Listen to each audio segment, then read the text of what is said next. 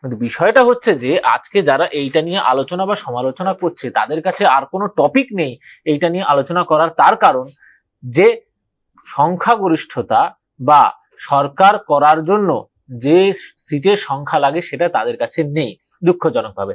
যেটা একটু আগে আমরা বলছিলাম যে তিনটে নির্বাচন, মানে আমি যদি 2014, 2019 এবং 2024 ধরি, যে কংগ্রেস এত বড় বড় করে কথা বলছে যে আমরা আজকে বিশাল কিছু করে ফেলেছি, সেই তিনটে মানে ইলেকশনের, মানে 2014, 19 এবং 24-এর তাদের যে প্রাপ্ত সংখ্যা সিটের, তার থেকে বেশি সংখ্যা এইবার 2024-এ বিজেপি পেয়েছে।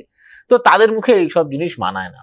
দ্বিতীয় বিষয় হচ্ছে যারা জোট শরিক, ইন্ডির যে জোট শরিক তাদের কথা বলছি, তারা বড় বড় কথাই বলেছিল তারা নাকি সরকার গঠন করবে এবং তাদেরকে এখন খুঁজে পাওয়া যাচ্ছে না। পার্থদা যদি একটু বলে দেয় যে ওনাকে কে বলেছে যে সরকার চাপে আছে বা এরকম মোদিজি চাপে আছে। আজকে যে ছবি আপনারা দেখলেন, আপনারা টেলিভিশনের পর্দায় দেখাচ্ছেন, একটার পর একটা যারা জোট শরিক তারা একদম সামনে এসে পরিষ্কার ভাবে বলেছে যে আমরা 5টি বছর কাঁধে কাঁধ মিলিয়ে কাজ করব, ওনার সঙ্গে আছি, ওনার হাত ধরে আছি এবং থাকবো। কংগ্রেসের মুখপাত্র হিসেবে এসছেন অশোক বাবু, আজ 2 মিনিটে 20 বার সম্মান কথাটা ব্যবহার করলেন।